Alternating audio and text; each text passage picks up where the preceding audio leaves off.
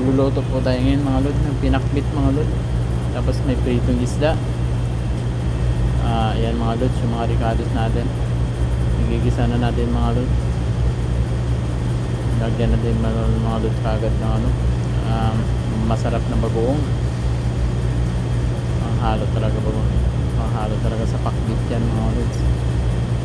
Ayan, ilagay na natin mga lod yung mga gulay natin. Fresh yan mga lod. Masustansya talaga yan mga lod.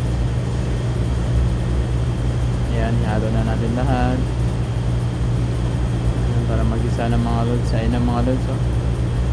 Kumukulo-kulo na. Ayan, lagyan natin ng magic sarap mga lods. Ayan, okay na yan mga lods. Ihain na natin yan mga lods. Ayan na para makakain na tayo mga lods. Ayan mga lods. Sarap-sarap po. Ayan na mga lods. May prito isda mga lods na nakapatong mga lods. Maraming salamat mga lods. Maraming salamat. Thank you for watching.